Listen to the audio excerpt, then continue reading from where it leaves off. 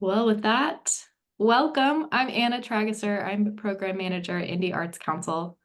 This is the Idea Learning Series, which is a space for indie arts and cultural leaders to just continually invest in a journey of inclusion, diversity, equity, and access together. And today we have the honor of learning from Jessica Miner from AccessABILITY, Indiana, on transforming the disability perspective, challenging ableism, embracing allyship. The session will end at or probably a little before 2 o'clock Eastern Time. It's being recorded and it will be posted at indyarts.org on the Idea Learning Series page. And just a preview, we will be diving deeper into this topic on October 15th with an in-person learning experience at Indy Arts Council offices. And Jessica will also be leading this session together. We will be very interactive together on October 15th. We'll pair up to explore effective strategies to foster inclusivity and dismantle systemic obstacles in some real-world experiences. So we'll also have lunch together. If that's not closing the deal for you, I don't know I'll what. be there if there's lunch, so I'm just kidding. I just dropped the link to the Eventbrite registration. If you would like to join us, let us know there. That way we'll definitely have the lunch for you. But first, we're going to hear from Jessica today on some foundational history that's shaped our current perspective on disability. So I'm excited to introduce Jessica Miner to you. She's the Director of Community Engagement at AccessABILITY, where she oversees all outreach and community engagement strategies, assists in developing and implementing disability justice trainings, and supports program implementation.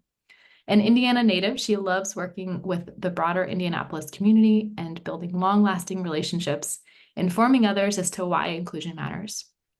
With a master's in public policy, Jessica is passionate about the intersectionality of disability and other marginalized communities. Thank you, Jessica. Welcome. Thank you. Thank you for having me. All right, I'm gonna go ahead and share my screen. I don't know about you all, but it feels like Monday, even though it's a Tuesday. So we're gonna do the best and hope our technology works with us today. Let's see. Okay. Can everyone see this screen? Okay. Yes. Fantastic. Okay, great.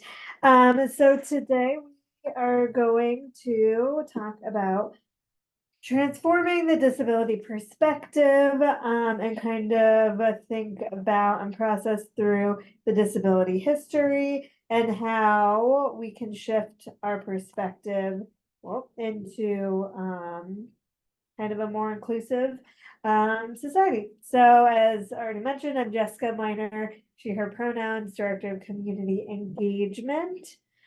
And before we dive in deep into the content, I do briefly want to touch on what accessibility does. Who are we? What are we doing out in the community? So we are a Center for Independent Living, and we empower our Central Indiana peers with disabilities on their journey to independence. So we know that independence looks differently for everyone, and so we really work one-on-one with each individual to help them identify what their independence journey looks like for them, what needs they have or obstacles they have, and we walk alongside them on their journey. So as a Center for Independent Living, we have 5 core services that every center provides or sell. So we serve Central Indiana, but there are centers all throughout the state and then also all throughout the country. So whether you're here or in another state, we're all going to be providing these kind of 5 core services. Information and referral is basically just providing information to anyone who calls us with whatever question they have. We also operate on a peer support model. So over 51% of our staff and board also identify as people with disabilities. So it provides that unique perspective of understanding disability in a different way and also being part of the community. We do independent living skills training, which is very broad and can be something like life skills or understanding some basic finances, maintaining your home, orientation and mobility training, and really very broad. We do advocacy both on an individual level and then on a systems, more systemic level. And then we do transition. So for youth, we're thinking about what is the next step after high school going to look like, whether it's college or living on your own or having a job, whatever it might be. And then for adults and seniors, it's more ensuring individuals are able to stay in their home, or if they're institutionalized and want to be home, how can we get them back into their home and into their community? So as I mentioned, we don't have a set menu. That can be very complex for people to understand because it's like, well, what do you do? What do you provide? So, and here's kind of a general example of some of the things that we do see people kind of requesting or, help with.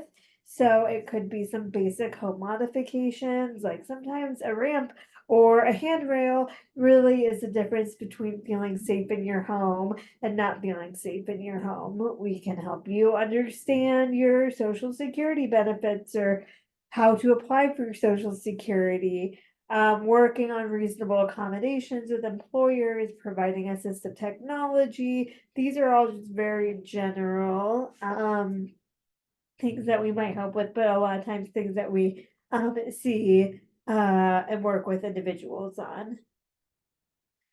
So beyond that, we also have additional supports because that have really come out of community need beyond those 5 core services. So we do have virtual support groups, and these are available for anyone in the world. They're all free. We have a Spanish accessible fitness class, disability and LGBTQ plus support group, families of visually impaired individual support groups, excuse me, neurodiverse peer support group. We also provide bilingual advocacy and domestic and sexual violence survivor supports. So we're really serving the diverse needs of the community in various ways, and we're always looking to expand that as well. So we serve any age, any disability at any point in life at no cost. So one of the barriers that Centers for Independent Living really eliminate is the need for a medical documentation. We don't request any medical documentation. You don't even have to tell us what your disability is. All you say is, I have a disability, and we are going to be able to work with you and provide those supports. We also don't go through insurance or Medicaid or Medicare or any of that stuff. So it is all at no cost, which is very nice as well. And then, as I mentioned, we serve central Indiana, but there are centers throughout the state. And then very quickly plugging these trainings, these fee-for-service opportunities. So, today we're doing disability education training, but we also can work with you on some more accessibility audits, understanding your websites or how you can improve your physical space to be more accessible. And we do a lot more. So this is a main part of my job, and I absolutely love doing all of this stuff and working with the community to kind of think different about disability. So now we're going to get into it. So some basic agenda items that we're going to discuss today is understanding the historical mistreatment of individuals with disabilities and how it shapes our bias today, how our perspectives create an accessibility, how we can shift words and actions to be stronger allies for the disability community, and how we can make people with disabilities feel more included. And then also, why is website and facility accessibility important and what can we do about it? So it's a very brief overview. We could talk about general website and facility accessibility all day, but we only have 2 hours, so it'll be very brief, but it's a great kind of conversation starter. So before we begin, I like to always set these ground rules or ground things to think about, but we're all learning, so don't be afraid to ask questions, raise your hand, unmute yourselves, interrupt me, put it in the chat, whatever. is most comfortable for you, please do so, because I want to make sure that we're all kind of understanding the concepts and getting our questions answered. It's a conversation today, so I want you to feel comfortable to ask your questions. I also do not speak for the entire disability community. The only expert of disability is my expertise on my own disability. And so while I am talking very generally about a lot of disability related topics, my experience is only my experience, and you might meet someone else with a disability who has had a different experience than my own. And some of the topics we discuss today may be sensitive, so take the time and space you need, go to the bathroom, whatever it may be. Okay, so we're going to set the stage. So briefly thinking about the history of disability. Disability has always existed, and so has the mistreatment of disability. So really, the main thing to think about as we're going through this is that people with disabilities have been pushed aside, ignored, become outcasts, right? I've been thought of as an issue, and something that should not be integrated in part of society. So when we're thinking about more current history of the disability rights movement, it was not really until the ADA, which was signed in 1990, where individuals with disabilities were really thought of as being part of the community, and really with physical access and physical spaces and opportunities, did that kind of become part of law. And that was only 34 years ago, so not that long ago. In the initial Civil Rights Act, disability was excluded as something you could not discriminate against. And so there's really been a hard push for, people with disabilities to be included in policy and law, and still continues to be an issue today. So while the ADA has helped make great strides for the disability community, there's also so much more that we need to do and continue to do to ensure that people with disabilities are included in community. Oh, I just lost my train of thought. That is weird. So there's a lot of kind of ways around the ADA, and also not a lot of people understand all of it, right? It's long anyway, and so it's like a complicated thing to really kind of ensure you're following as well. So we're gonna watch a quick video about kind of other people's perspectives on the ADA that have disabilities.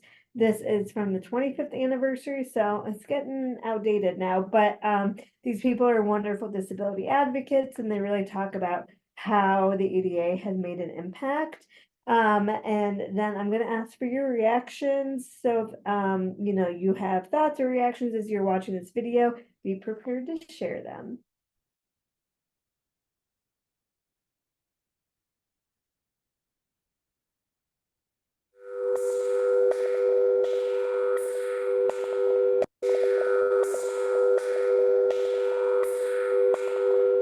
Growing up, we would talk about the American dream and work hard, study hard, and you could move forward. But if you had a disability, working hard and study hard didn't really mean you'd get anything. I went and applied for a daycare job to be a teacher's assistant. The teachers liked me, and then they found out that I had been in special ed, and all of a sudden the job was no longer available. My older brother became deaf at a young age. I think he was maybe 6 years old. His life was circumscribed by people saying, well, you're deaf, so you can't do this, you can't do that. They told him he could be one of three things. He could be a baker, a shoe cobbler, or a printer's assistant. He said, I don't want to be any of that. They said, okay, now you're a baker. Ed just had a way of inspiring people to be what they needed to be. But he was a scared kid going off to college. It was just this terrifying idea, they're all going to look at me. And then he realized they could look at him and he could be a star. course, it opened the doors to people who had kids with disabilities. I wanted to be a teacher. My written, oral, and medical exam all were given in inaccessible buildings, and my friends carried me up and down the steps. And then I was failed on my medical exam because I couldn't walk, and I really couldn't let it drop. Friends of mine and I decided that what we would do is we would set up this group.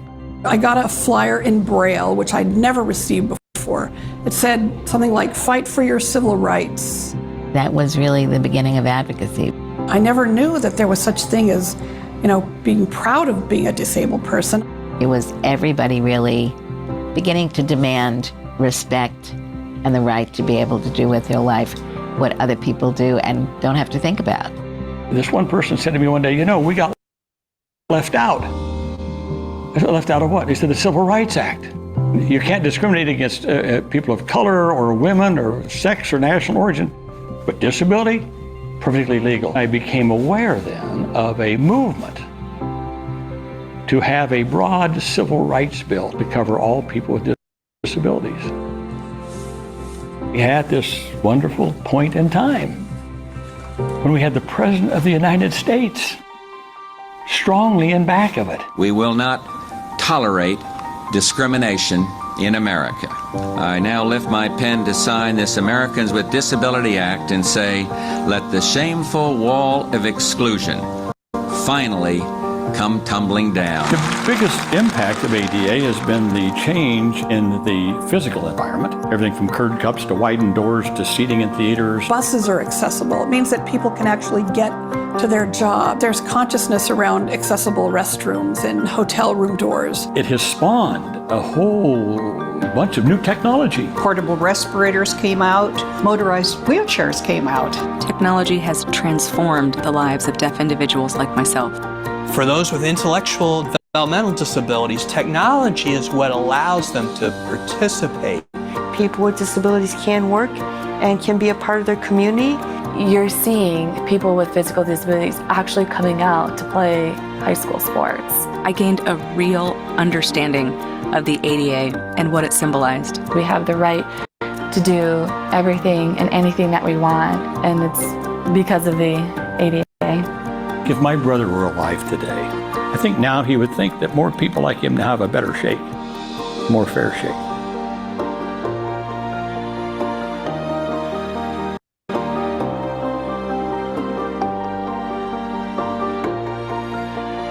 Happy 25th years of ADA.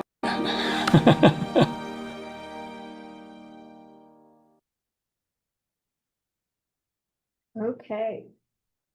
Awesome. So what did people think? Any reactions you want to share or thoughts around either what we've just talked about or the video before we move on? You can put it in the chat, and if you could help me monitor the chat, that would be helpful. Here we go. Or just unmute yourselves. Yes, that's a good question. The ADA is a good law, but who is in charge of enforcing the accommodations? That's a good question. Is anyone in charge? Does anyone know? I think it's very challenging, and a lot of times I go places or see places where things are not actually accessible, or I did do something one time where I said, oh, these automatic push buttons are like too high, and their response was, well, it meets ADA requirements. I was like, I don't know what you were reading, but you've never seen push buttons like taller than me. So yeah, I think there's like a general lack of understanding, and I think a lack of understanding from like architects and builders and things like that as well. Yes, still feels like our society leaves it behind. Totally, David. That's why we were doing these trainings.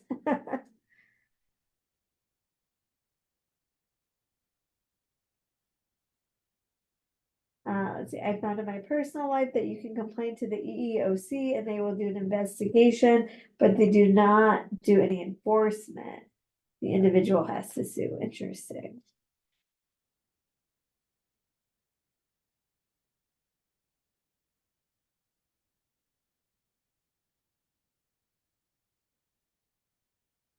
Anyone else?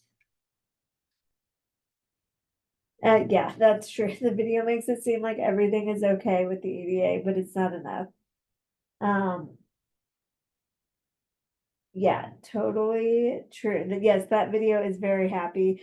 Some of this training is very challenging and difficult, so we like to include happy things as well. So I think that video is a good example of that. I'm not sure what someone would do if there were a non-employer related access issue. Yes. I am not sure either. I personally have a physical disability, as my husband does as well, and uses a wheelchair. And so a lot of times if there's, a lack of access, we just don't go to that location. Which I think is something that employers or businesses don't always think about, is they're missing an entire demographic if they choose not to be accessible. Then people with disabilities aren't going to go there. So by being inclusive, right, then we're increasing opportunities for those businesses in other ways. Perfect. Well, now we are going to discuss kind of types of disabilities, right? So we watched that video, we talked about the ADA, but what do we mean when we say disability? So here's a list of some disabilities. This is not a list of all disabilities. And so my multiple disabilities are not even on here. And so what I want to kind of make sure everyone takes away at the start of this training is that when you've met one person with a disability, you've only met that one person. I mentioned at the very beginning, I don't speak for the entire disability community, and my experience is really just my own. And everyone's experience is their own, and disability is such a broad spectrum. So I do my best today to talk very generally, because how can we possibly, be thinking of if we are exclusive to certain disabilities, then we're excluding other disabilities. So I try to really talk really generally, because disability can mean so many things and looks so different for each individual. So it's really important to remember that here today. So now we're going to go into some disability statistics. Again, I'm going to ask you guys some questions, so put it in the chat, please, or unmute yourself. But we're really going to dive into kind of what disability looks like today in our community. So 27% of Americans have a disability. That is 1 in 4 people. This is the largest marginalization in the country. However, as we've already identified, often overlooked and forgotten. And so when we think of this 27%, that is already extremely high. But we can assume that this number is even higher because this comes out of like census data. And so you have to self-disclose, self-identify, and literally, check, I have a disability.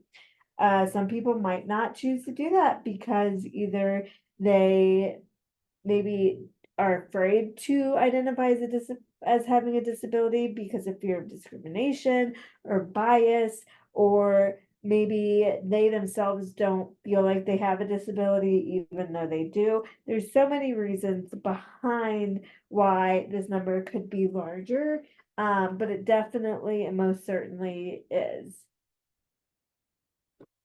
Okay, so then when we kind of look at the next level, which is education, and we're thinking about percentage of people who earn a high school diploma, 84.6% of people without disabilities graduate high school, while only 67.1% of people with disabilities graduate high school. So now I'm going to turn it over to you all. Why do you think that these two numbers are drastically different?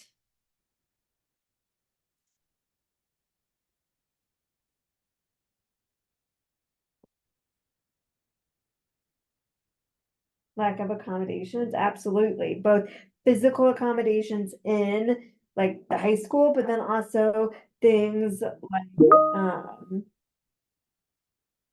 like access to maybe larger print, if needed, or braille, or, plain language materials, things like that. So accommodations could mean all those things. Inequitable access to education, transportation, bullying, lack of appropriate programming, totally bullying. Oh, I don't remember this statistic now. But bullying in children with disabilities is significantly higher. And bullying is already very prevalent and bad in schools. So absolutely. And I like what you say, a lack of appropriate programming. That is such an interesting, I guess, way to phrase that. I haven't thought of that before, but yes, absolutely lack of appropriate programming. Also lack of resources, right? Which I guess kind of goes along with that. It seems like admin staff and teachers are already so under resourced, and so how can we expect them to then have the energy and the time to commit to additional resources needed for students with disabilities? And it's not their fault, it just kind of is, the way it is. One other thing I will note is also lack of understanding of the IEP process, both from teachers' perspectives and also from a parent's perspective. My daughter has an IEP, and my husband and I are still learning the process. She's only 4, so we've got some time, but there's a lack of knowledge of understanding your rights when it comes to having an IEP. This is not GEDs 2, this is just high school diploma. But then part of that is some students are getting GEDs, or some people are on a non-diploma track of graduating high school, which is obviously would not be the ideal situation.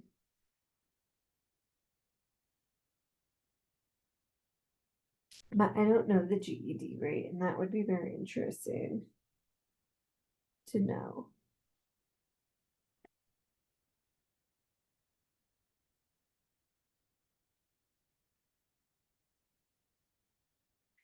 Well, so then if we're thinking about kind of the next step after graduation, after high school, we're looking at employment. 76.6% of people without disabilities have jobs, while only 40.7% of people with disabilities have jobs. And as you can see here, that these two numbers are even worse than the education numbers. So I have lots of thoughts on this, but want to hear your thinking as to why employment for people with disabilities might be so low.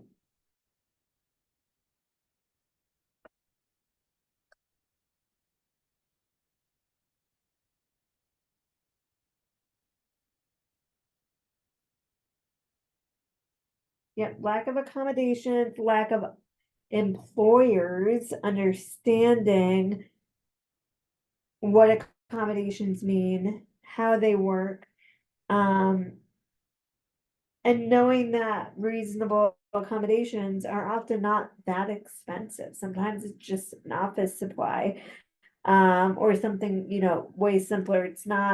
It's often not a $5,000 accommodation. Sometimes it might be, but not typically. Discrimination in employment, totally.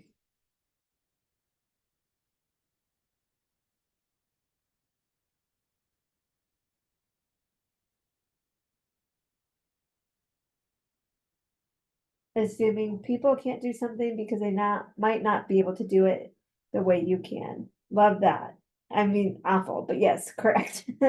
That is very true. Lack of understanding kind of what people with disabilities do bring to the table.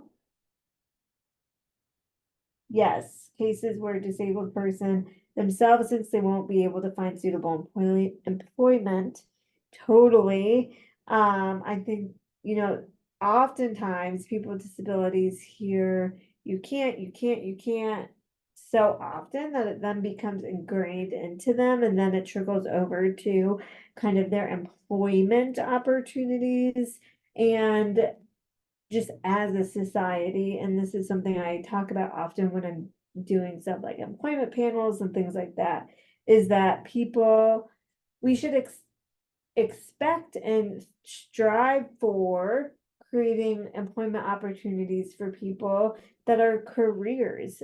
Some people might want to work, an hourly job or as an admin assistant, and that is fantastic. And there's a huge need for those jobs. And also, there are other people who might want to be CEOs who have disabilities. And so I think we need to, as a community, expand our minds to think about what a job looks like for all people, disability or not. And it could run a very wide range, just like people without disabilities have a broad range of different career opportunities. But we need to think about employment generally as a career, not just a job. And so how can we get people with disabilities to move up in their careers and to gain meaningful employment, whatever that looks like for them? And we as allies, how can we encourage and empower individuals to know that they can have jobs? And one other thing that kind of goes along with this is thinking about how job descriptions are written. A lot of times there are words or, needs to be able to lift 25 pounds, even if there's really no reason to be able to need to lift 25 pounds or whatever it is. That could be kind of holding someone back to applying for a job. And so one important thing to think about is how those job descriptions are written, and find ways to increase equitable access, I guess, to those job descriptions. Any last thoughts?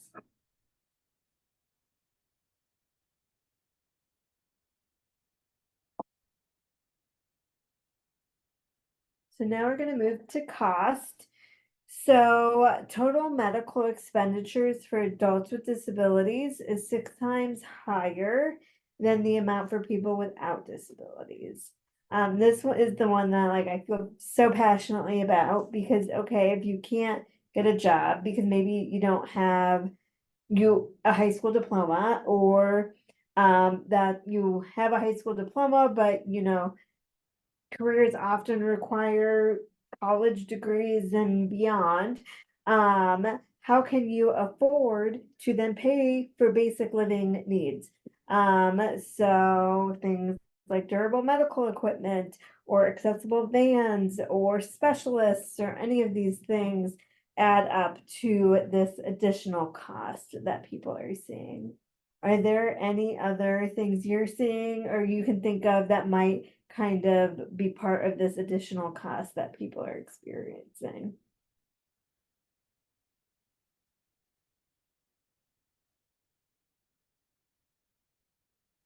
Mobility aids are costly. Yes, they are.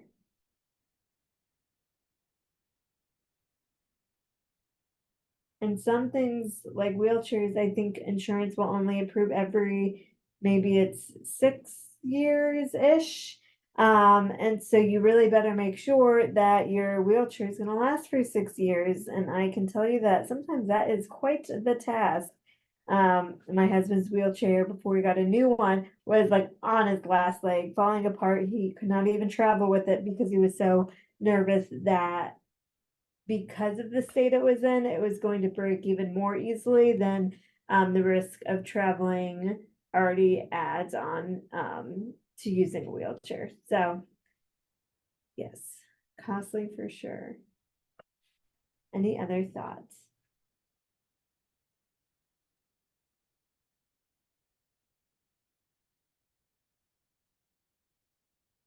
Other specialist fees associated with aids too. Do you mean mobility aids, or can you? Yeah, I don't know anything about this, so I'm just trying to kind of imagine what it'd be like. But if there's a mobility, I mean, anything could be a mobility aid or just any medical expenditure that is somehow outside of a kind of generalized person diagnosis. Mhm. Then there could also be other types of, I don't know, specialists who are weighing in to help kind of make sure that's the right fit or implement it in any way. I don't know. Yeah, nope, totally true. And it's not even just the fees associated, but then having to wait for the specialist or whomever to weigh in, right? Because if, I mean, sometimes it takes forever to go see, for example, an endocrinologist, right? You might be, 6 months out from an appointment. Imagine you needing a wheelchair, but someone's not available to, you know, kind of work through that process with you for months or whatever it might be, hearing aids or specialized walkers or things like that. So yes, it is money and it is a time cost as well.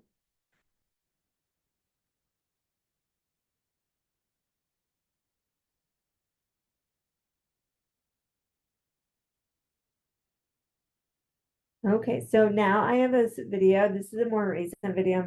I love it. That I've added to this training to hear other people's costs and listen to kind of what they have to spend on their add to their daily living. That isn't just basic needs that most people have, but also their additional medical costs. So we will play that. Having a disability is full of hidden costs. Expensive item, number one, the lift. This lift is $5,000. This is my accessible wheelchair ramp, probably around the $5,000 mark.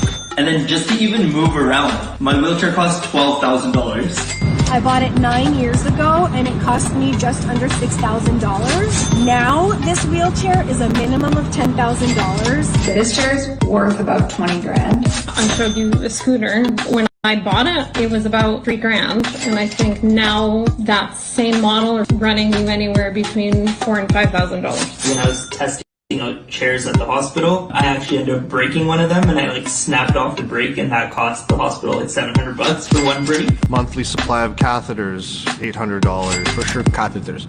These little things come at $6 a piece. You go for a beer, $7, you're spending 14. Declined. Just spend all my money on catheters. Any vehicle now, any wheelchair accessible van now is double the cost. So if you buy a $50,000 vehicle, it's $100,000 to get the conversion. I have a really handy husband and he does a lot of the stuff that makes my life accessible. And if I didn't have that, I would have to buy the drawers that are really expensive, or I would even have to get somebody to come in and build the drawers, and that's extremely expensive. The standing frame, oh geez. I don't know what they go for these days. I think I paid about 9 grand for it.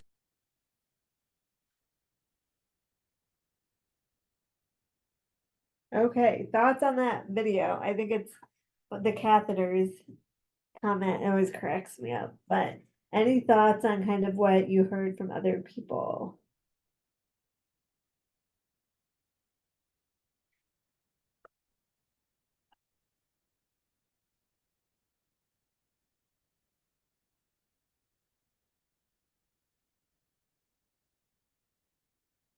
Okay. Well, now we are going to go into models of disability. So this really has makes an impact in kind of how we talk as a society about disability. Sorry, going back, I just saw your comment, Katie. That simple looking wheelchairs could be thousands of dollars. Yes, they're really silly expensive. But yes, it's really incredible. So we're going to talk about medical model of disability and social model of disability. While there are other models, these are like the two main ones. So we're going to watch a few videos. I'm sorry that I feel like Wi-Fi is a little choppy, or my hotspot's a little choppy. But we'll watch the videos and then we will talk about it. Listen up, nerds. I'm going to tell you about the social model of disability. Imagine if suddenly everybody could fly. But you. That'd suck, right? Being the only one who couldn't fly. But you wouldn't be disabled. Everything else is the same. It wouldn't affect your job, because even if your coworkers can hover up to the higher shelves, you can still go get the ladder. Your friends might start flying to school, but you can still drive. But then some fancy architect puts a new building on your campus, and it has no stairs, no elevators, just open shafts. And you've got a class on the 3rd floor of that building. Now you're disabled. You have been made disabled, not by your inability to fly, but by the failure of your society to provide accommodations for your needs. The social model says that disability isn't a quality of a person, it's a quality of the relationship between a person and their society. A person who uses a wheelchair isn't disabled in a building with well-placed ramps and elevators. A nearsighted person isn't disabled with glasses on. In the next few days, I'm going to be talking about a couple other models of disability, and I want to hear your thoughts in the comments. What would you do if all your friends could fly? Yesterday, we talked about the social model of disability, and I asked you to imagine what it would be like if everybody could fly but you. Now, in that world, you might find yourself surrounded by doctors who are trying to figure out what's different, what's wrong with you, that you didn't develop flight like a normal person. This is the medical model of disability, which establishes a consensus on what a normal human is, and identifies as disability any ability the normal human has that you don't. The medical model has been criticized for cultivating an attitude that disabled people are lesser or incomplete people, and that the core goal of disability care should be curing rather than accommodating. Nonetheless, the medical model is mainstream in our culture. So if you've never heard anything about models of disability, this is probably how you were taught to think. Check out the previous episode for another perspective and do some reading on your own. The social model has its critics too, but there are... Oh, hello! You're just in time for Disability Studies 101. Do you know what the different models of disability are? The frames of reference that we use to talk about and understand disability are what we call models of disability. There are 2 major models that get discussed a lot. The first is the medical model. The medical model says that disability is an individual problem in an individual body. Because it views disability as a medical problem, the solution it presents to ableism and accessibility is a medical cure. This model is not popular among disabled folks because it treats disability as a problem that needs to be eliminated. It also does nothing to create change, it just puts the burden on the individual to cure themselves. Then we have the social model, which says that people are disabled not by their bodies, but by an inaccessible world. The social model says that if we cure inaccessibility and ableism, having a disability won't be disabling. For a while, this model was more popular, but lately it's gotten a lot of critique from the disabled community. For example, some disabilities, like chronic pain conditions, are inherently disabling and need medical treatments. But the cool thing about disability models is that we get to create them, so if these don't fit, we get to imagine new ways of understanding the disabled experience. Okay, sorry those videos were super choppy. We will be skipping the last video I have, so that we don't have to do that anymore. But basically, the 2 concepts are medical model, right? You are disabled by your abnormalities, you're broken, you're fixed, damaged, something needs to be cured or prevented, and the disabled person should adjust to fit society. On the other hand, the social model, the person is only disabled by your environment, disability is only a difference, and the community should adjust its barriers. So while I generally like to hold the social model in my everyday life, there are times where we can hold both of these models true at the same time. I have a lot of chronic pain, so I'm happy to have doctors and medicines and treatments to help manage that chronic pain.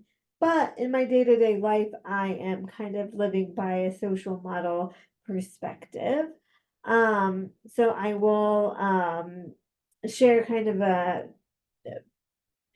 a personal example of how I've shifted my mindset from a medical model to a social model. 'Cause growing up, I only heard medical model, right? It was very common. Even still today, you really hear a lot of medical model terminology being used. But I lived in a multi-story home. I break my bones easily, so it was often in a cast or had surgeries, whatever. Stairs were difficult. But my parents said, this is, this, God love them, they're wonderful. But they said, this is our home. You're going to have to adjust to our home and find a way to use the stairs. Sometimes I would, sleep in the guest room if I couldn't get up the stairs, whatever. But I really had to kind of make it work for me. So flash forward to adult life. And my husband and I were buying our first home, and we were living in Maryland, and single-story homes are not really easy to come by. And so we found like the perfect two-story home, and we both said, okay, no problem. We will get a stair lift. We will make this home work for us. So that is what we did. Then we had our daughter, and we realized that that was not going to work for us anymore. That was way too challenging for us to have to carry our daughter up and down these stairs multiple times a day. So we moved back to Deanna, and we were able and fortunate enough to be able to build our own home. But when we were building, we kind of changed our perspective to we don't need to be disabled in our home. We can make our home inclusive and accessible for us. And so when we're in our home now, right, we don't have disabilities because everything is accessible for us, and it's the way that we need our home to be so that we can access it all. And we've removed, right, those barriers to inaccessibility. So that's kind of been my shift from medical model perspective to social model perspective that even I had to work through, right? Because I didn't grow up in social model, and social model is also a newer concept anyway. But yes, it's made a huge difference, and we know, not every place and everywhere is going to be as accessible as other places, but the least we can do for ourselves is ensure that our home, our safe space, is accessible for us. So that's my little story, but would love to hear kind of your thoughts on these two. Have you heard of them before? What reactions do you have, or do you think, are you thinking like, oh gosh, I hear medical model all the time and my daily life, and maybe there's ways I can shift my thinking?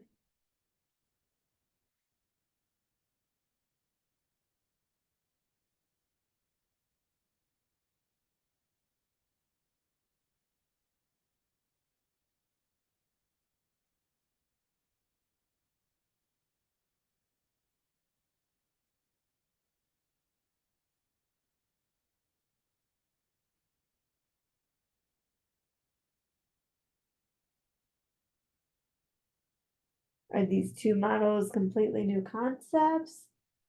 Lydia, I appreciate the social model and how it invites allies in to make changes to improve access. Me too. Yes, both things being true at the same time. Makes sense to me. Me too. Thank you for sharing, for your comments.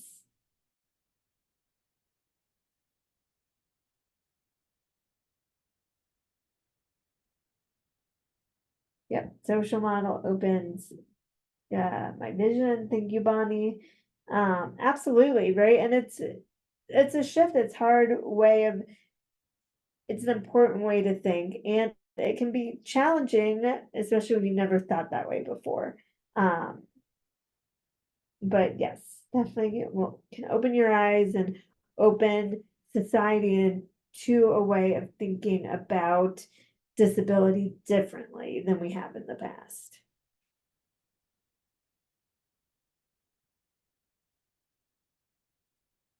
So we have so many barriers to equitable access that we as a society have created. So these are just some that we've kind of commonly talk about ourselves, but they're kind of broken up into four different types of barriers. So attitudinal barriers, right? There's inspiration or hero worship, infantilization, fear or pity, desegregation and discrimination, environmental barriers, things like loud music or poor lighting, round doorknobs, no pet relief area for service animals, chairs with or without armrests. That one I always like to comment on because it is, again, dependent on the person, and why it's so important for us to ask each individual their preferences and their needs. I personally prefer a chair without armrests because I'm always raising the chair as high as I possibly can. and then the armrest always hit the table. But other people prefer chairs with armrests, and so making sure we are actually identifying individual needs as opposed to making broad assumptions is also really important when thinking about barriers. There's also communication barriers, so small print, no braille, no ASL interpreter, using technical language, and then institutional barriers like denying reasonable accommodations, inaccessible public transit, media's portrayal of disability. These are all just some examples. Obviously not all inclusive, but some really important ones and ones that really I see and we see as an organization all of the time. So are there any either in your work environment or things that you've seen that are like, oh my gosh, these are barriers that I didn't even think of?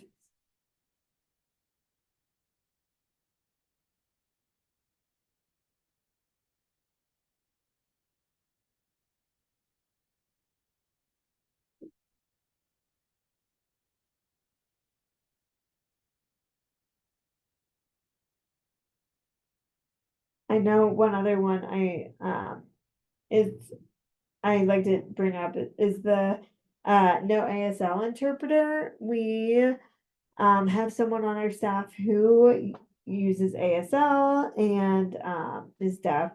And the communication barriers we've seen with lack of interpreter services or just barriers within getting someone in person versus virtually has been a huge challenge.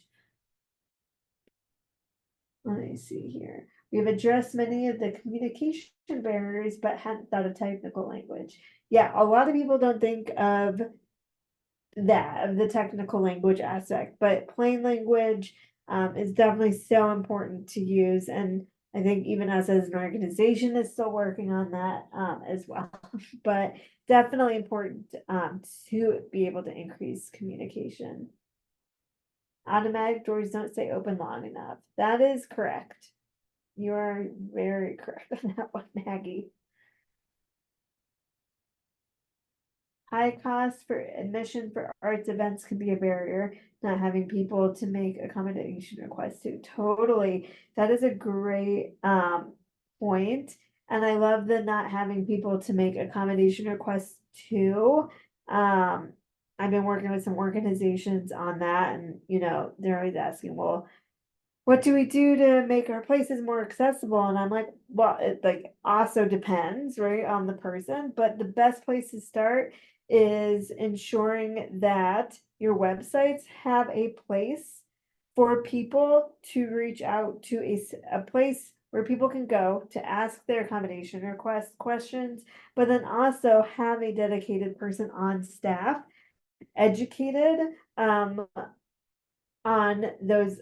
how to get those accommodation needs and have a single person so that someone's not calling a general number or sending a general email to like a info at email where you don't know where it's going to. So having that dedicated person for accommodations makes a huge difference also. Indianapolis doesn't have sidewalks everywhere, and even where they are, they're often blocked by utility poles or cars. Yes, or my favorite, those stupid scooters that are too heavy. So they're great concept. However, people just throw them in the middle of the sidewalk. And if you're in a wheelchair or you can't lift something heavy, then you're literally just stuck until someone helps you, or you have to backtrack.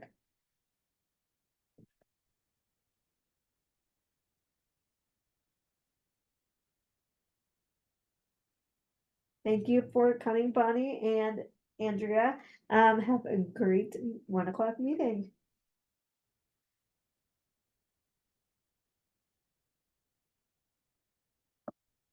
So we are going to continue on. So in 2/3 of the US, there are statutes in place that allow courts to deem a parent unfit on the basis of their disability, which means their parental rights can be terminated. An exemption of the Fair Labor Standards Act legally allows employers to pay people with disabilities less than $1 a day or sub-minimum wage. And during the COVID-19 pandemic, many states and countries issued guidelines explicitly calling for disabilities to be taken into account as a reason to not provide life-saving health care to sick people. And 80% of polling locations across the US are inaccessible in some way to people with disabilities. So these are just some kind of hard-hitting current facts that I like to end this portion of the training on, because they're challenging and they're real things that we have to sit with and experiences for people with disabilities that they encounter every day. So I just want to take a moment to take a breath, but then also share reactions to what you're seeing on the screen, what I've read to you, and is any of it, are you surprised by it, or is it unfortunately not that surprising?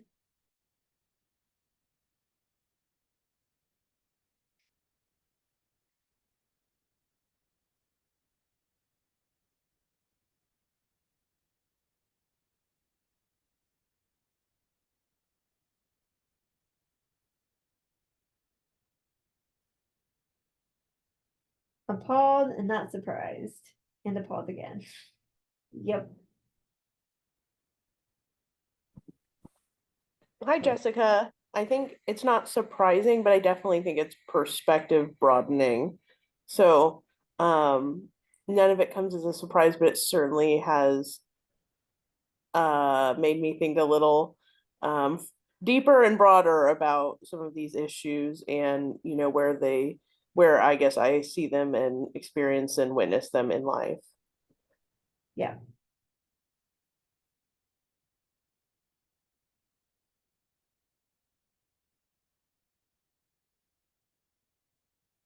Lydia says those facts are hard hitting and especially surprised by not providing life-saving health care so recently. Absolutely.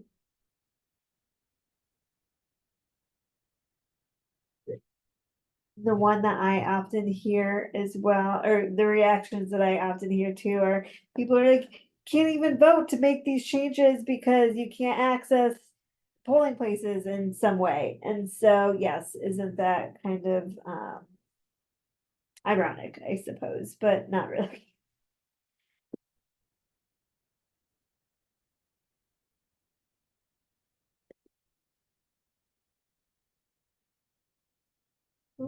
Okay, so we've talked a lot about concepts and facts and numbers and all these things about disability and how kind of challenging it can be and how many obstacles there are for people with disabilities. But now we are going to shift into thinking about, so what can we do as individuals within our community and in our organizations to start making a difference, because every little difference makes an impact. So we are going to not watch that video. Okay, so the things in gray are things we're kind of shifting from, and those things in teal and blue are kind of what we're changing to. And I'll go through each one. Please share any questions or comments you have with me. Don't please interrupt if you want. So let's see, assistive devices. So things like wheelchairs, service animals, canes, walkers, whatever it may be, do not touch without permission. Just like I would not go up to a stranger and touch you or lean on you if I was tired. Do not touch a person's assistive device without permission. It is part of them. It's an extension of their body. So don't touch it. Want to ask questions. It's not someone's job to educate you on their disability. So this one is kind of a fine line because we want you to ask us questions better than staring or making assumptions. However, it is not on us to always have to answer. So sometimes I might be in a hurry or running a quick errand at the grocery store, whatever it may be, and I don't have time or even maybe capacity to answer your question. And so I'm allowed to say, you know what, thank you so much for asking. I don't have time right now. And move on, right? However, Google is a great place to also ask your questions. If you have additional questions or whatever it may be, there are wonderful disability advocates and bloggers out there who are sharing information online. So it is not, we don't have to always answer those questions, but there are places and spaces where you can get those questions answered, beyond just the person you happen to see, maybe at the store or whatever with the disability. Curious, do not ask for the story or if they're going to get better. Disability isn't something that needs to get better, first off. And also they're just like I want to ask a person why they're tall or why they have a certain color hair. Don't ask for my story or for that person's story. It's not really your place to know. And there most likely isn't a story to begin with anyway. Trying to use empathy, do not offer advice or say you know what it feels like. Just because maybe you've used a wheelchair, for a few weeks, or broken your leg, doesn't mean you actually know what it's like to use a wheelchair. Feeling pity, keep it to yourself. Don't say that must be so awful. A disability is not awful. It is just part of the human experience. I would say I have an awesome life. I wouldn't change anything about it. You should not feel pity for me just because I have a disability. Want to help? Wait for permission. Do not assume someone needs help. And then assume that that person is telling their truth and walk away. So I used to, like especially in high school, like go shopping and I used a wheelchair. And so I would be putting my wheelchair in the car. And so people would come up and say, hey, do you need help? I'd say, no, like I got it, thank you. And then they would stand there and wait for me to prove to them that I indeed could get my wheelchair in my car. And that is also very uncomfortable. So ask. If they say no, walk away. And I think that is really important thing to kind of recognize. I see that all the time still. Using humor, do not make funny comments, again, at the expense of the person with the disability. Disability can be funny. There are a lot of disability comedians out there these days that are hilarious. But think about whether you're laughing with someone or laughing at someone. Have a religious background. Do not pray over people without consent. And the key here is consent. So not everyone has the same religious background as you and wants to be prayed over. Also, praying over kind of gives a sense that something needs to be cured, but disability doesn't need to be cured. And so really be cognizant and mindful of that person giving your consent. Talking to someone who is deaf or hard of hearing, do not shout or say, never mind. That can be so isolating already. So just take time and be patient to work with and communicate with them in ways that work for them.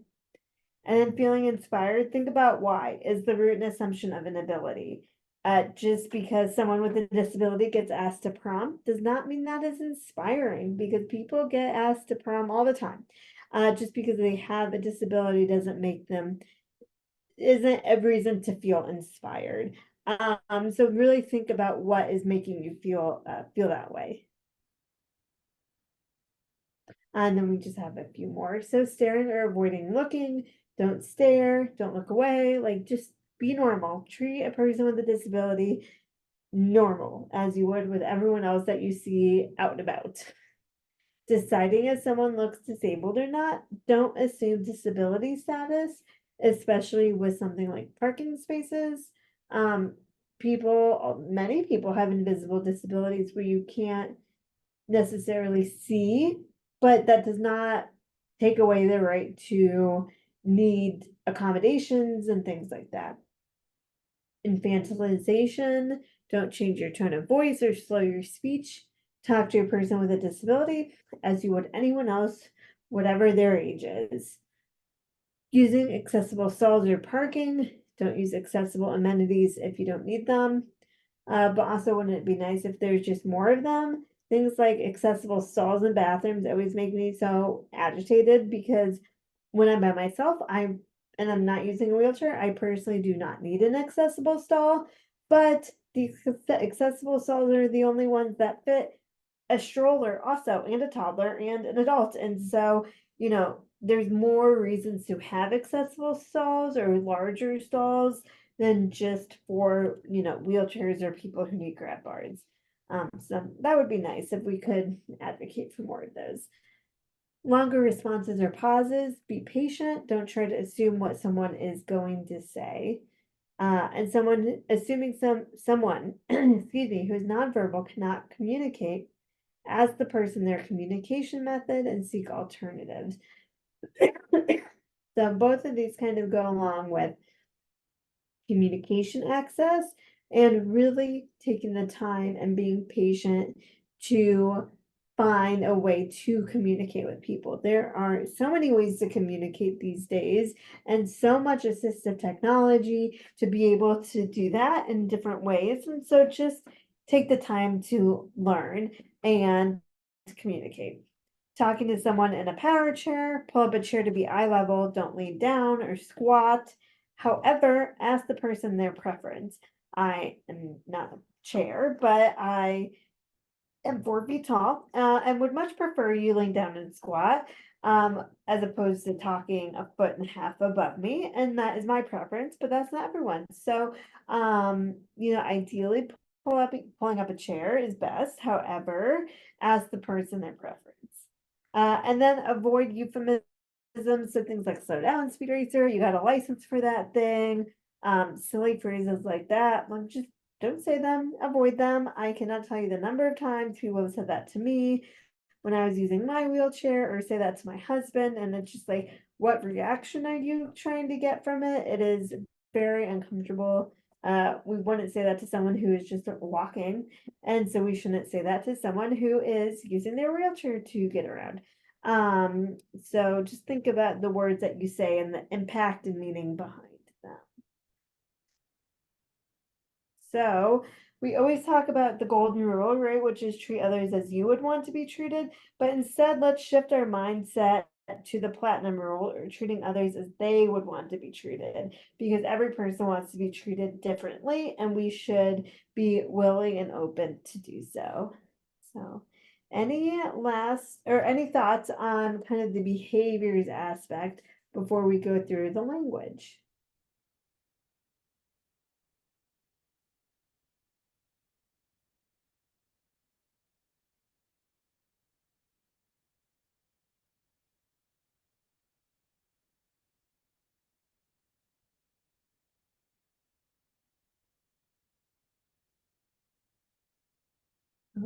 Okay, if something comes up, put it in the chat. So we are going to go into language.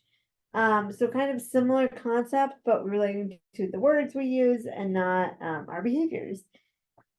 So of course, we all know this words have power. Some of the words that we're going to be talking about, I am not saying.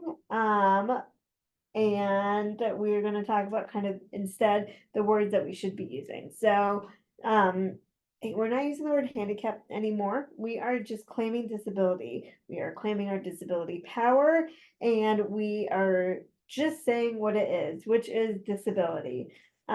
Similarly, a woman or a person is not confined in a wheelchair, just in a wheelchair. There's nothing confining about being in a wheelchair because it helps you navigate, it helps you be independent and allows you to go where you want to go. And so there's nothing confining about that.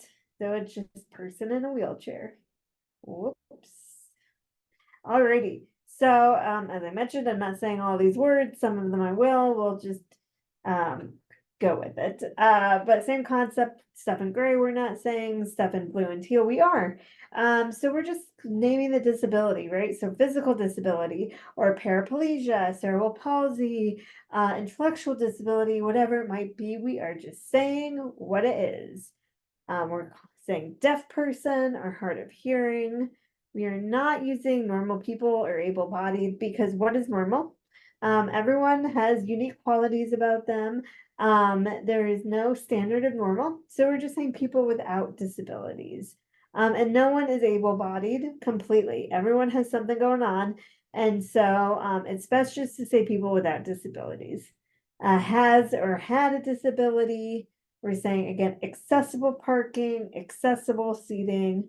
We still see the word handicap like all over the place. So we're working, to kind of get rid of that language and educate businesses and places that is kind of outdated, and instead it's just accessible. Paratransit, accessible bus, accessible housing, just person with a disability, people who are blind. But then there are things like common phrases. So if we said, see you later to someone who is blind, like that's okay. Don't make it a big deal. Just say it, move on. Because these are common phrases that we use all the time.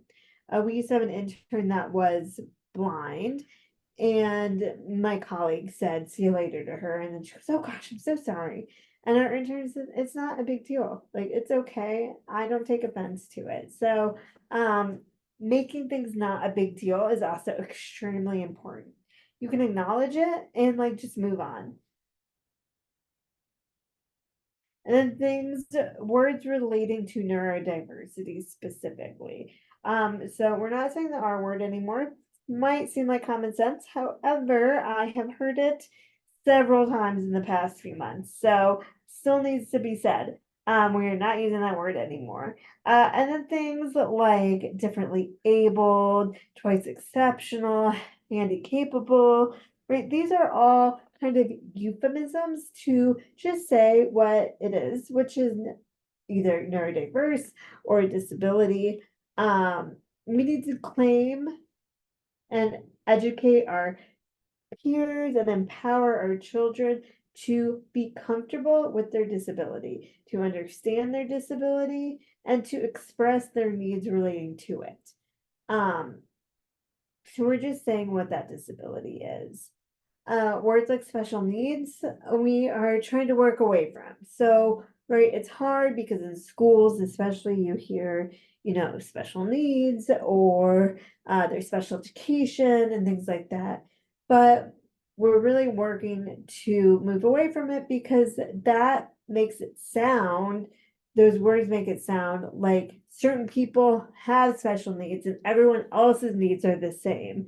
However, that's not true. We all have different needs, disability or not. My needs in all things and my learning style is different from your learning style, and which is different from someone else's learning style. And so we really need to step away from and take a step back from thinking about only people with disabilities are special or have something different, because we all have something different. We are all unique individuals. So that's where we are with the kind of the neurodiverse community. Now, I do want to point out, and this was kind of brought to my attention more recently, that some individuals prefer, some who have disabilities prefer using other words than disability. And that is their right. That is okay. They are allowed to make that choice. But it is up to the individual with the disability to claim how they identify. It is not up to us as allies to tell them what they should identify as. And so as allies, we should just be using the actual words, whether it's neurodiverse or disability or whatever it may be, and shy away from these words. And then we're going to go into mental health, which is also a disability. So saying things like really common phrases, right? You're crazy, that's so crazy, that's insane, what an idiot, right? Those are all words that we've used, that have been used to describe individuals with mental health challenges, experiencing mental health. And so it really has a negative impact. So we're going to try to stop using those words, even if we personally don't mean harm by them. And so like at accessibility, we say that's wild. Instead of saying that's crazy, right? And so just thinking about how the words can have a negative impact on a community is extremely important. And then things like kind of self-diagnosing, right? We all have to self-diagnose, myself included, but saying things like I'm so depressed, oh, I have OCD, oh, I'm being bipolar today. If you do not have those, if you don't have those diagnoses, it does take away to an extent from those individuals who actually do have those diagnoses and are experiencing challenges relating to that. So think about kind of how you're using some words, even though a lot of these are commonplace, and the impact that they do have on people, and work to find other phrases that are maybe less rooted in kind of negativity relating to the disability community. So I kind of like briefly already mentioned this, but there's person first language and identity first language. But person first language is putting the person before the disability. So person who has autism, person in a wheelchair, whatever it may be. And then there's identity first language, which is acknowledging the disability with the person. So autistic person, disabled person. At the end of the day, people with disabilities have their choice to choose whatever they want to identify as. However, as allies, we should always default to person first language. So person with a disability or person with whatever identifying disability, cerebral palsy.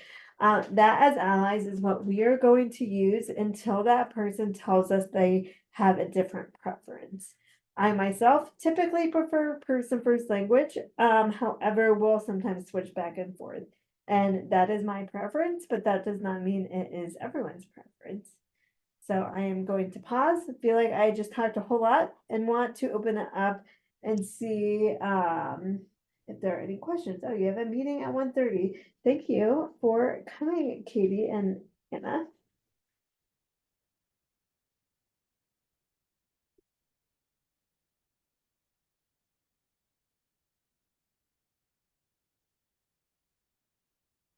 Any other language questions?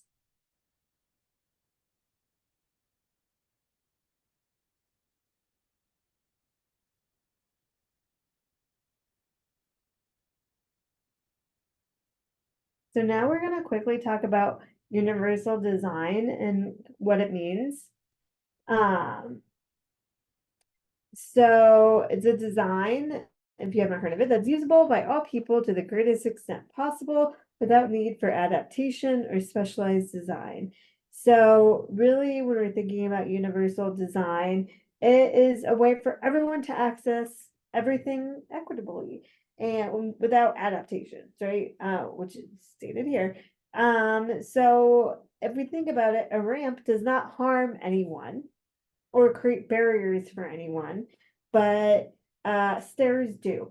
So why not just have ramps everywhere, right? That's one example. So there are 7 principles of universal design, which I'll just go through really quickly. But equitable use, flexibility in use, simple and intuitive, has perceptible information, so easily communicative, tolerance for error, so there's minimal hazards or options for like consequences or accidents, low physical effort, so efficient basically, and size and space for approach and use, so things are of appropriate size and space for most people of different types with different types of bodies, size or mobility or whatever it may be.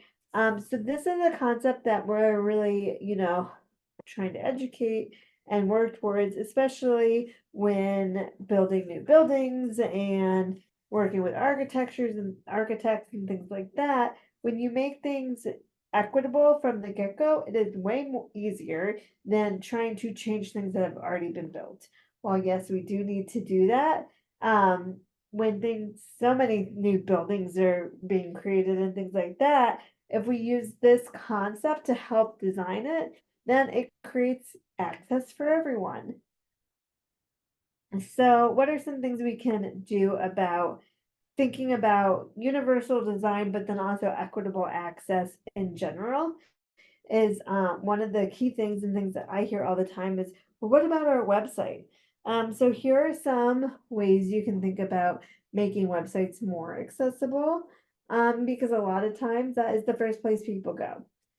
So use of screen readers, large text, color contrast options, captioning on all your videos, simple structure and easy to navigate, clear, plain language, alt text on all your pictures, and then the use of accessible text. So using like Arial or Century Gothic are texts types that are accessible. And then a great place to kind of access more information on how to make a website accessible is the Web Content Accessibility Guidelines website, which is a great place and tool to use to start building that website or updating that website to make it accessible. Oh, so I have a quick video, hopefully it works, of what it sounds like to use a screen reader, which is wild and challenging. And so, but also so important for individuals who do use screen readers and to think about kind of how your website is laid out so that it is easily accessible for screen readers. Let's hope this works.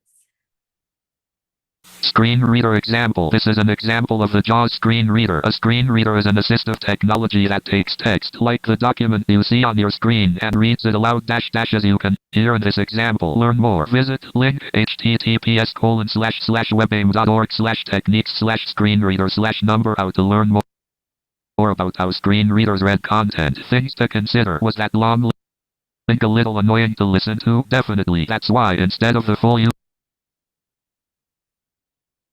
URL, it's better to use a descriptive link like this one: link, learn more about screen readers. You may also have noticed that the screen reader read the words on the screen but didn't announce visual formatting choices like color, bold, and highlighting. Keep this in mind when creating documents and avoid using visual formatting as the only way of conveying meaning. Graphic JAWS screen reader logo 3.05 inches wide by 2 inches high. Okay, well, beyond it cutting out a few times, who's heard a screen reader before? I think it's like I could not imagine having to listen to that to be able to navigate websites. Heard of them but haven't experienced them. Yes. Yeah, it is challenging for sure.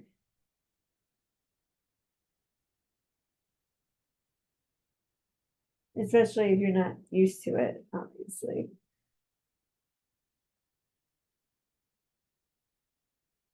So then when we're thinking about accessibility, consider using them for attendees at film screenings, but didn't realize what the experience was. Right. Yes, I would imagine that would be challenging at film screenings. But it's always great also to ask individuals their preference in terms of screen readers or something else, which goes to this slide, which is like, what do we do then? How do we make places and websites and things accessible for people? So, right, doing the research, taking time to learn about different accessible aspects and opportunities and what really is going to make an impact for people. Understanding that ADA compliant does not mean accessible. Just because something's compliant doesn't mean it's actually accessible. And accessible for one does not mean accessible for all. And everyone has different needs, which we've talked about a lot today. And then to your point, Sam, right? Asking real people, understand that you do not know what you do not know. So asking people with disabilities on their input regarding your facilities and websites and their experiences with your places is so critical and so key, right? If you were to ask me about using a screen reader, I could give you some basic information, but I could not give you real life knowledge because I don't use a screen reader on the day to day. So asking someone who does makes a huge impact and a huge difference on accessibility within whatever you're doing. So these are just kind of important concepts and aspects to think about when we are working towards being more inclusive and accessible. So I just have a little bit more. But before we move on, any additional questions or thoughts relating to universal design and just general accessibility?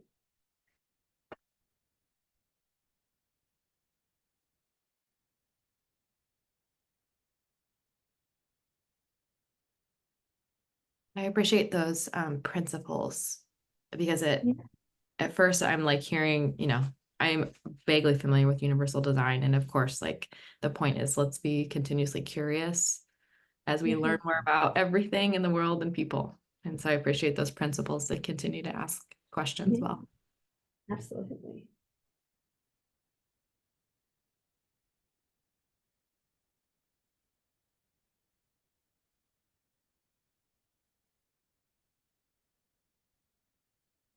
All right. Well, we are going to briefly discuss enabling versus empowering.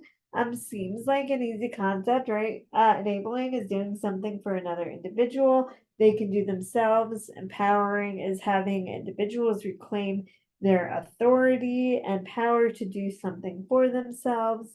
And this is so important, but such a challenging topic I see all the time relating to people with disabilities. We all have enabled people in our lives because we want to make lives easier for them, for the people that we love. However, there can be such, I would say, impact, especially for people with disabilities, if we're constantly enabling, right? We want to make their lives easier. However, they need to gain confidence and feel empowered that they can do it themselves, do something themselves. And this goes back to someone's comment way at the beginning of the training relating to people not feeling like they can have a job or they can do certain jobs, right? Maybe realistically, I can't do every job. I could never be a home builder, right? I'm only 4 feet tall and wouldn't be able to do something relating to that.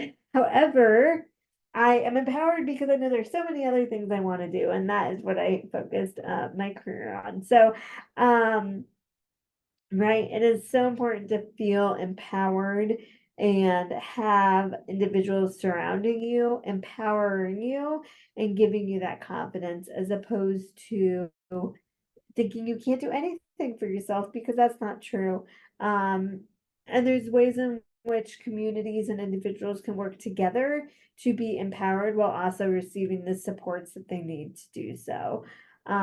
So it's something very important to think about, especially for people with disabilities. So I know my husband, when I first met him, I often enabled him, which is silly because I myself have a disability, but it just goes to show how easy it is to do. And as you know, we've moved on in our relationship, instead of doing that, working towards and having conversations of empowerment instead are so important. And also empowering our daughter, who also has a disability, right, to know that she can do things. Yes, she's only 4, but even as a 4-year-old, right, she's hearing when she's being told no versus when she's being told yes, or how can we work together to accomplish something. And so that's important. So and we don't need to constantly be saying no to individuals or to young people. My daughter currently wants to be a police officer, and in the back of my mind, I'm like, okay, we're gonna say no to that one. However, I think that is awesome. That's great. You be a police officer. I love that for you. Because she doesn't need to hear no at 4. So thinking kind of about age appropriate boundaries as well when we are empowering is very important. Oh yes, okay, so here's some examples in which we can empower young people, but I also can relate beyond just children to, young adults and things like that. So, involving them in decision making that's age appropriate, but as often as possible, saying yes if ideas are harmless. And something I hear a lot too is, or talk about a lot, is also are we saying no because we are scared as individuals, caregivers or allies to people with disabilities, or are we saying no because they are actually harmful ideas? And so thinking about where your yes versus no is coming from is really important. Thinking about developmental milestones, don't compare to those milestones, be aware of them, but everyone kind of achieves or reaches those milestones at different times, and that is okay. Empowering with knowledge, so helping them understand their disability. So this does go back to, your disability power, and feeling empowered by using that word. It's so important for you to understand, or for people with disabilities to understand what their disability is, what they can do, what their accommodation needs are, and for them to be able to articulate themselves. So even my 4-year-old, when she's feeling unsafe in certain situations, will say to her friends, like, be careful, please, or like, back up, please. And she knows what her limitations are, but she also knows what she can do. So many times, even with myself or with her teacher, she'll say, no, I can do that. Let me do that. And so then we let her do that, right? She doesn't need to be helped all of the time. She's very independent. Modifying activities, so thinking of ways to adapt activities for full participation and inclusion. And this goes into the art space as well, right?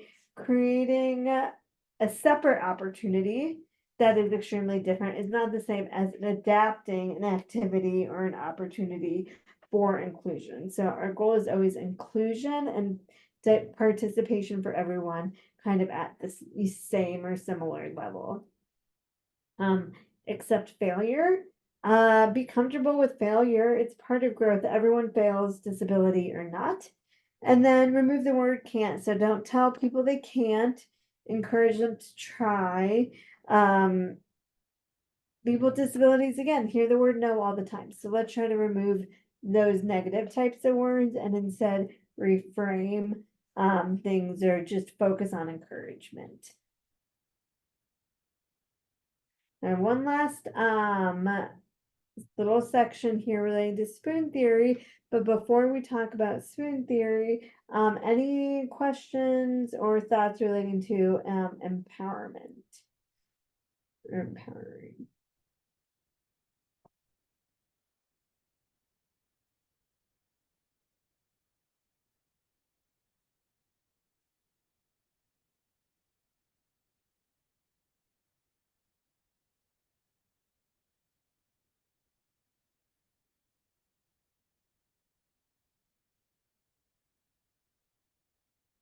Okay. Moving into spoon theory, has anyone heard of spoon theory? Maybe.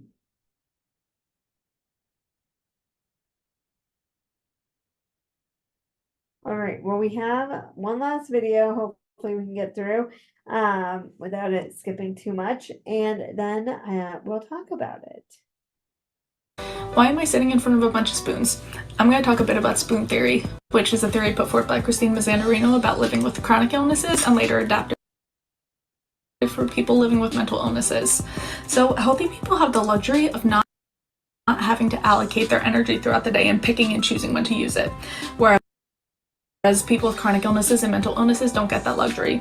So say a spoon is 1 unit of energy. You might think, okay, get ready for work, eat breakfast, go to work, make dinner. That's not how it works. People with chronic illnesses and mental illnesses have to use a lot more energy for what others may consider basic tasks.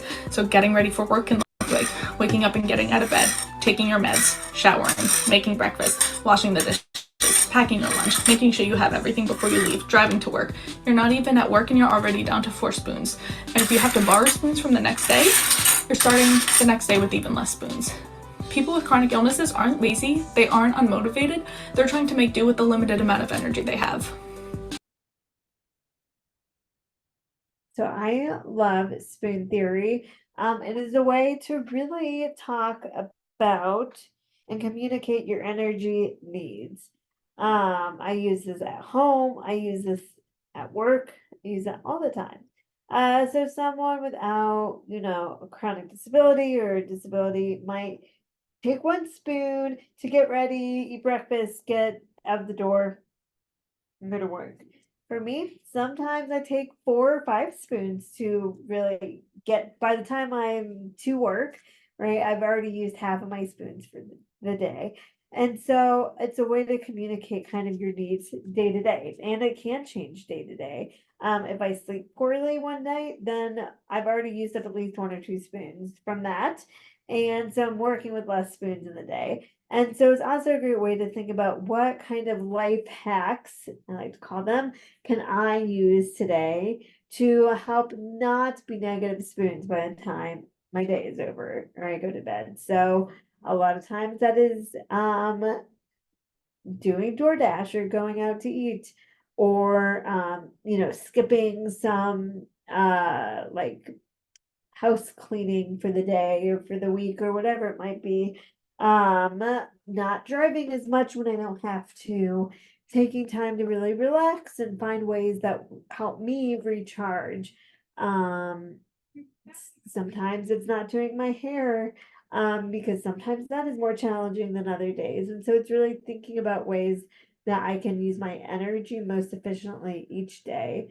I used to only work from home 1 day a week, and now I work from home 2 to 3 days a week because of the time and energy and spoons it takes me to get to work each day, between getting our daughter, out the door and driving and all of the construction and traffic and all of those things.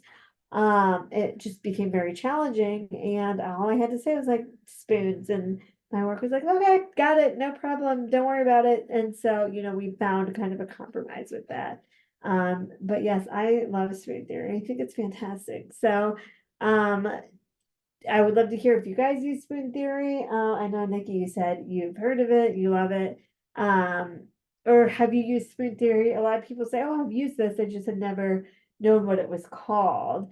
So maybe you've used it kind of in a different way. But what's your experience with it?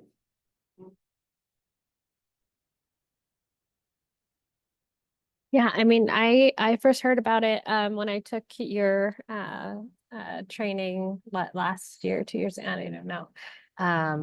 And it was the first I had heard of it at that point. But I found it very applicable to kind of my everyday life. Like some days, even just getting out of bed takes me more spoons than I think about on a more regular basis. And so, starting off the days with that kind of deficit definitely has impacted how I can kind of visualize and communicate like where I start the day. So now, like sometimes when I'm entering into meetings, especially with certain folks that I feel comfortable with, I say, listen, I'm at a lower capacity than I usually am. Like, let's just get on the same page.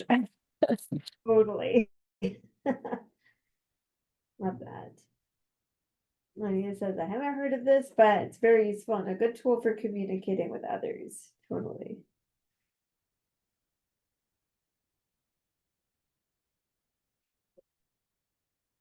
And sometimes I also think of it as okay, what right? I have like my whole long task list for the week. What are things, if I'm low on spoons, can I do today that are maybe require less brain power or energy, that I can get completed for work if I don't have as many spoons that day. And then I save, the higher level tasks or things I need to get done for another day when I do feel like I have more energy and I'm more efficient. So yeah, so use it for that as well.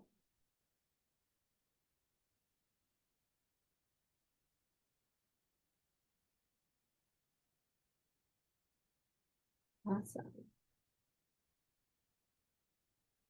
So I always like to end our training on a positive note. We've talked about some hard things to hear and some challenging facts, but there are fantastic disability advocates and activists out there who are doing the work and who are getting kind of the knowledge out there. And so here are 3 great individuals that you can follow on social media or look up online. And there are so many more as well. So I always suggest to diversify your media, whether it's social media or sorry, Instagram or TikTok or blogs or whatever it may be. So I always like to leave on a good note. But here's our contact information, our website, phone number, and general email. And I'm always available and always here to talk and answer questions and be available for whatever it may be, whatever needs you might have. So I know we have like 15 minutes, so either happy to end early or answer any last questions you all have. And thank you everyone so much. This was fantastic.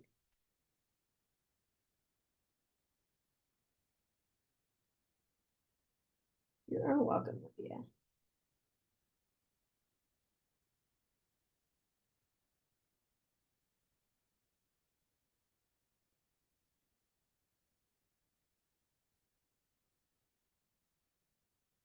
Thank you.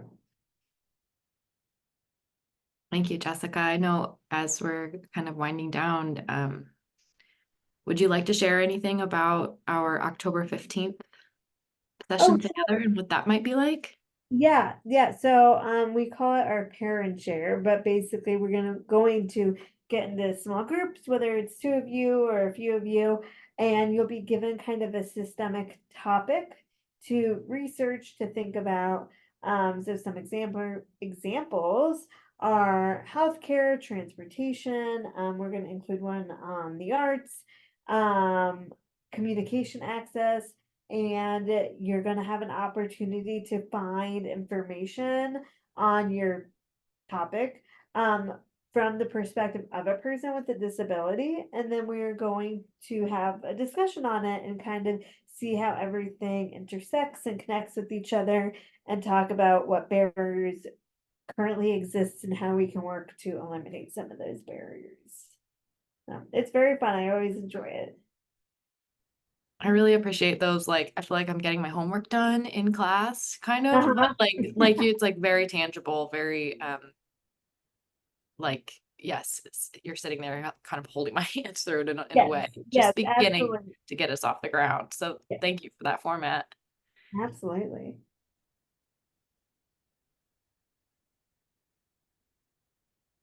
Okay, well, we'll go ahead and close off to sign off today. Again, this has been recorded and we'll post this on our website, send it out to some of our folks in the network. And if you are excited about that upcoming session, I dropped the link to sign up in the Zoom chat, and it can also be found online at indyarts.org on our Idea Learning Series page. Jessica, thank you very much. We'll see you again in a couple of weeks. Sounds great. Have a good rest of your week. Thank you.